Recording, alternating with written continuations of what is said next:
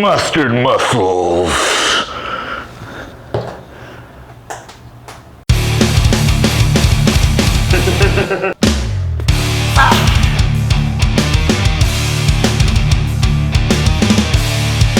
How to make a name for yourself in the fitness industry. This video is inspired by 2 questions that were upvoted in my previous video, how to become a sponsored athlete. And one was, how did I find my unique competitive advantage in a field that was as saturated as the fitness industry? And the other upvoted comment was, how do you build a following on social media? So putting those 2 things together, what I'm going to be talking about in this video is how to develop a unique competitive advantage to gain followers and make a name for yourself in the fitness industry. To do that, we need to discuss 3 things. I need water.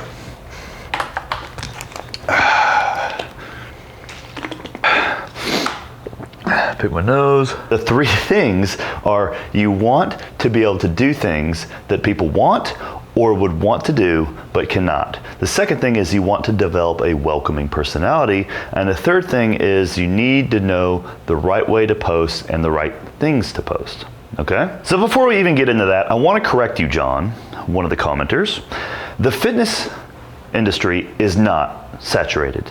It's very, very unsaturated. There is a lot of room for you and everyone watching this to come in, make a name for themselves, make a living doing this, and have a lot of fun doing it. Lots of opportunities, make a lot of friends. There is a lot of room in the fitness industry, and I'm going to explain why as we progress through these 3 things. So, being able to do things that people want or would want to do but cannot. All right, so this is a question of status, street credibility. All right, in order to establish status or street credibility, you have to be good at things. And to illustrate why this is important, let's use this analogy. Arnold Schwarzenegger makes a bad joke, okay? Everyone thinks it's funny, okay? Because it's fucking Arnold. You can say anything and it's awesome, right? Now, your creepy classmate makes the same bad joke. It's not funny. Why? Because Arnold can do things or has done things that people want to do but cannot. He's respectable. What's this fucking here? You want to get good at things that people want or would want to get good at. So, for example, something that most people don't care about are Kendamas. You know, that cup and ball game? I think it's a waste of time. You could be spending that time learning something like dancing, all right? Everyone likes it when people are good at dancing, okay? It's fun. It's hard. It's got a lot of history to it. It's something that matters. In fitness, building a body matters. A good physique, a shredded physique, muscular physique, that matters. Building a skill set. But I do want to mention something, okay? So in this book, Tools of Titans, Scott Adams, where I bookmarked it with a spoon here. All right, spoon. Scott Adams mentions the logic of the double or triple threat. Okay, so I'm going to read out loud real quick. He says that if you want something extraordinary for your life, you have 2 paths, all right? Become the best at one specific thing, or become very good, which means become the top 25% at 2 or more things, okay? So the first strategy is difficult to the point of near impossibility. Few people will ever play in the NBA or make a platinum album, and he doesn't recommend anyone try it. He says the second strategy is fairly easy. Everyone has at least a few areas in which they could be in the top 25% with some effort. Says capitalism rewards things that are both rare and valuable. You make yourself rare by combining 2 or more pretty goods until no one else has your mix. Okay?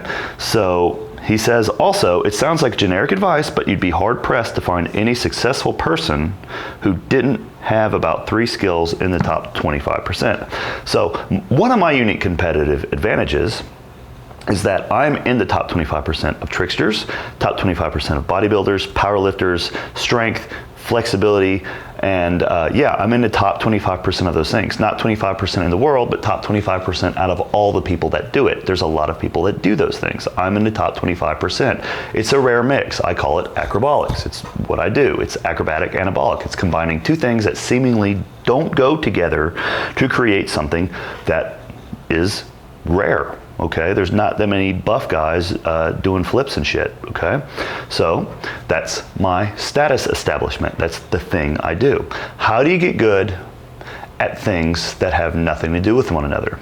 Okay, that is a topic that I could really go out on the deep end on, but I'm just going to leave you with two departure points for that. One, periodization is the only way to get good at multiple things. And by good, I mean good, okay? So that is a good topic for future videos, but you can go to acrobolics.com, type in search for periodization, and you'll find some short articles I've written that actually took me an extraordinary amount of time to write. They're short, but they took me a long time to write because I really wanted to get my thoughts out right. And those are some of my favorite writings on my website, Acrobolics.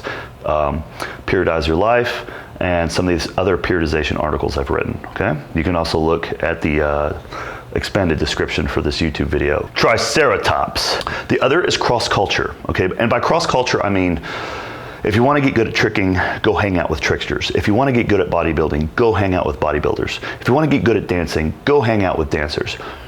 Go put yourself with the people that are good at what you want to do, okay? I'm not gonna strength train with tricksters, they suck at it. I'm not gonna trick with bodybuilders, they can't do it. So I'm going to work with the groups that matter, cross-culture, okay?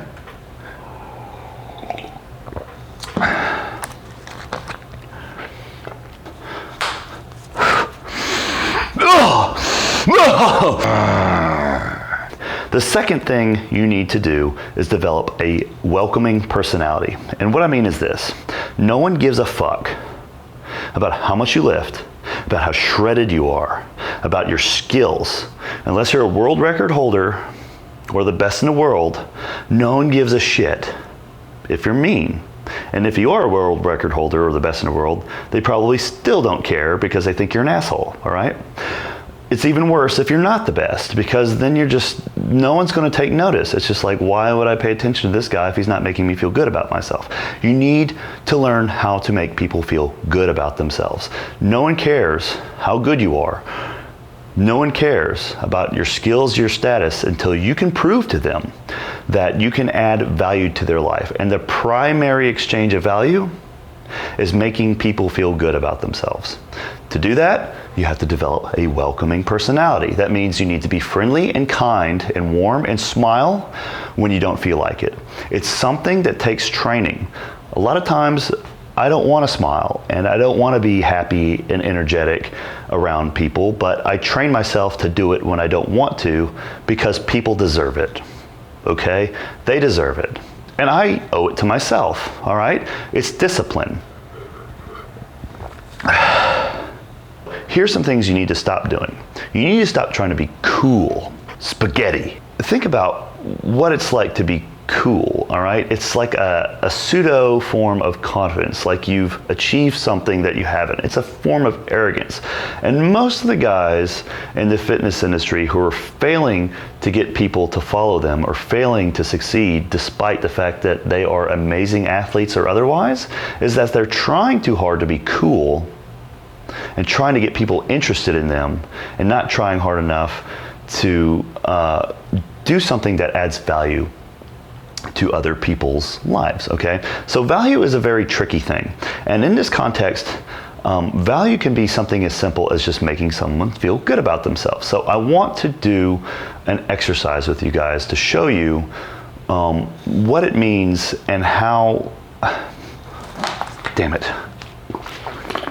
Stop trying to be cool, stop trying to be alpha, stop trying to be a badass, and start trying to make people feel welcomed, okay? That's either direct, by just being a fucking good person to them, or indirect, by being unabashedly you. So now you got your status. You're good at things that people want or would want to do. You are developing a welcoming personality by directly engaging people in a friendly way, a welcoming way, and trying to be unabashedly you to make people feel more welcome to be themselves, all right? Now, the third thing you need is to post the right things in the right way. And the discussion I'm going to get here is to distinguish between posting engaging, personable things and personal things. You want to post engaging, personable things, not personal things, okay? The difference is this. Personable stuff is about someone else. It's about entertaining. It's about making people feel a certain way. Good, laugh, whatever. Personal stuff is about you. It's about building you up. It's about proving a point. It's about getting other people to build you up. It's taking value. You don't want to take value, you want to give value. No one cares about your personal stuff until you're a celebrity, all right? People only care about a celebrity's personal stuff because of the value they added to people's lives before they became a celebrity, or the value they added to people's lives to become a celebrity. If you're not a celebrity, don't post personal stuff if you're trying to grow your social media. Dog, dog, dog, dog, dog, dog, dog, dog, dog. Adding value, personable things, is sort of a finicky thing, okay? So it's not as direct as writing a tutorial or a blog post or teaching someone something or giving something. Sometimes it's very subtle. Here's an example. I found this post about a week ago. Steph at Mom. She had 413,000 followers on Instagram on March 6, 2017. The post before that one averaged about 50 to 200,000 views, okay?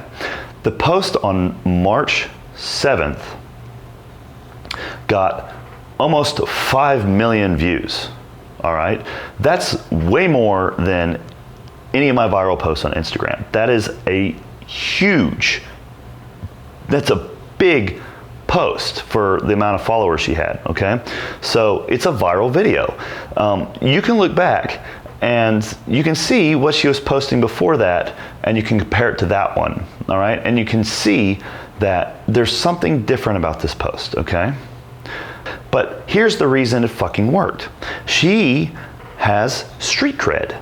She is a hot mom who lifts heavy fucking weights, who has a lot of followers. Suddenly she has status, okay?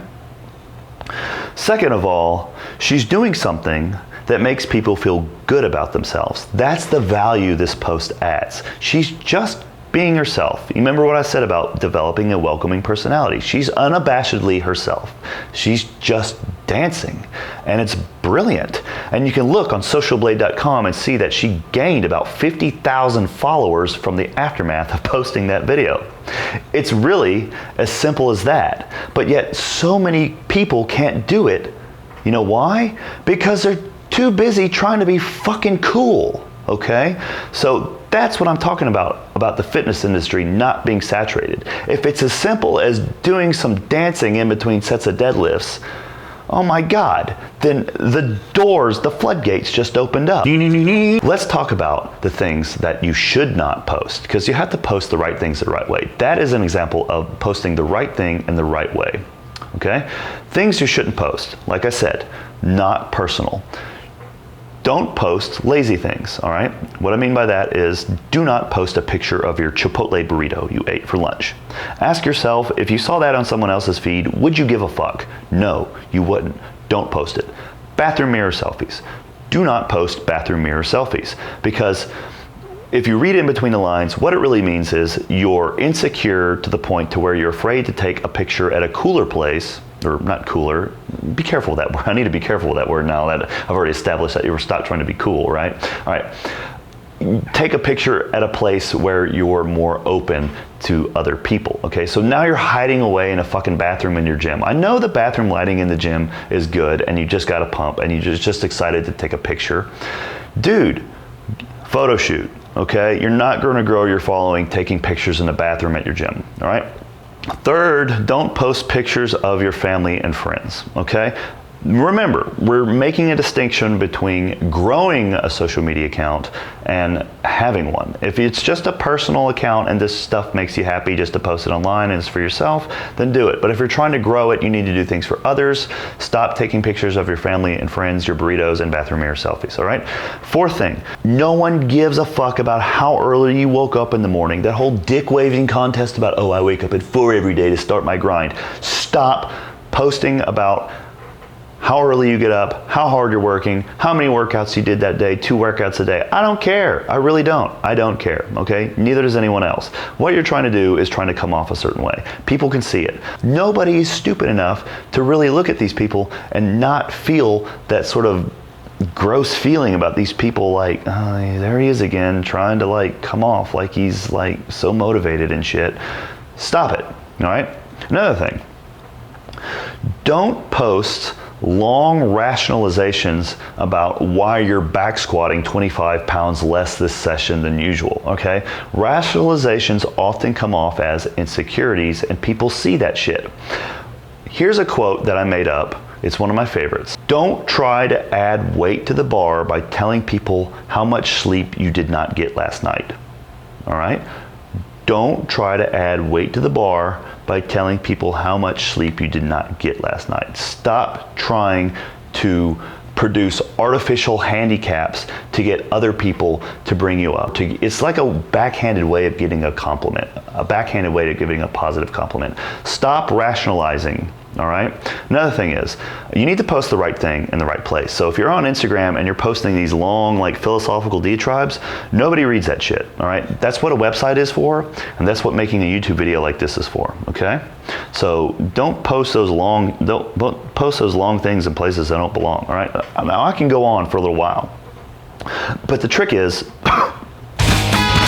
to put effort and to produce things that people want to see. Okay, so that also means going out of your way a little bit to film things in the right way. That means don't take your cell phone, stick it against a dumbbell 20 feet from the squat rack at the gym or on the edge of the plyo floor where you're doing acrobatic moves or whatever, and just go to town. It doesn't, people see how hard you did not try to produce that. You took your phone and you stuck it in the corner. Unless you're doing something insane that no one has ever seen before, it's not going to work. You need to put a little bit of effort into polishing the edit. That means multiple angles, or get someone to film it, or adding a little bit of pizzazz to it, okay? So spice it up a little bit. And now the real trick is to do that consistently, okay? Because it's one thing to work to produce something that took a lot of effort and setup. It's another thing to do that every fucking day, all right? That's why I quit my day job, is because this stuff takes a long time, okay? So those are some tips for producing things to post that are right and posting them in the right way. All right. So one more thing I want you guys to do is do this. This is to encourage you. This is an encouragement exercise. I want you to go to socialblade.com. I want you to think of a handful of fitness celebrities, and I want you to enter in their YouTube or Instagram channels into the search. And then I want you to click this button, all right, so that you can see their growth from several years ago, all right? Tapeworms. To make a name in the fitness industry, it doesn't take as long. It just means you have to start putting yourself out there consistently in the right way, all right? So, if you like this video, then hit the thumbs up button, because that makes me want to make more of these videos. Foxinadu. Cue outro.